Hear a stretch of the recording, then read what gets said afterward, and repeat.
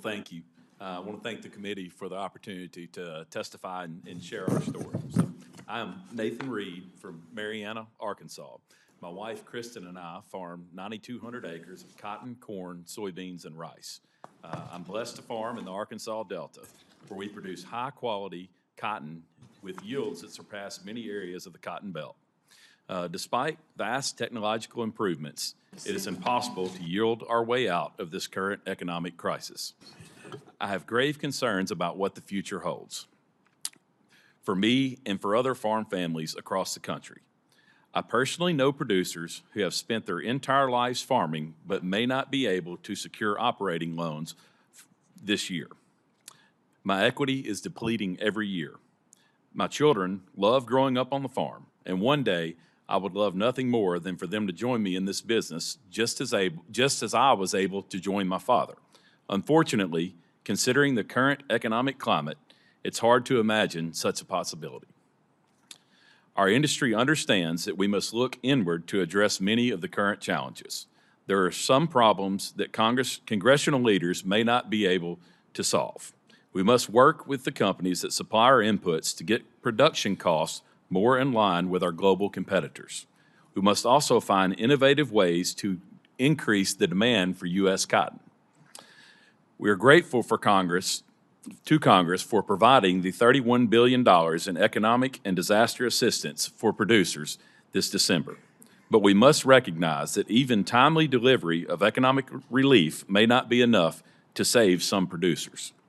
To prevent farms from failing, producers need the multi-year certainty that only a new farm bill can provide.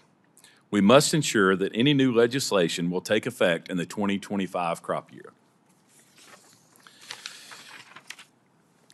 I commend Chairman Boozman for offering a Farm Bill framework that addresses many of the National Cotton Council's top priorities by advocating for a significant increase in the PLC reference price and improved access to individual and area-wide crop insurance products.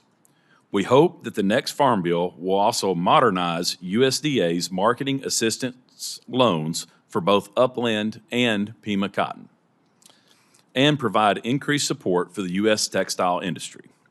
I would like to thank Chairman Boozman for recommending increases to commodity title payment limits.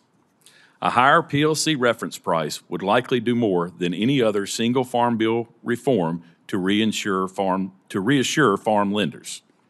Cotton cost of production today are roughly 25% higher than support levels are in the 2018 Farm Bill. The bankers I speak with don't want to rely on last-minute temporary aid from Congress. Instead, we all want long-term solutions.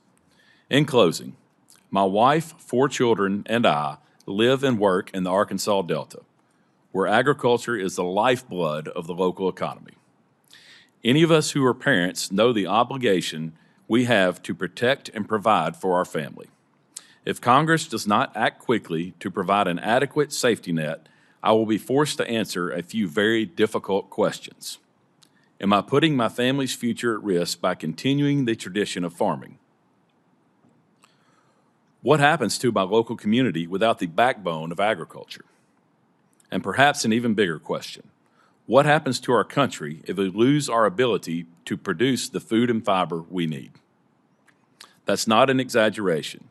It's questions that I and many other producers are asking.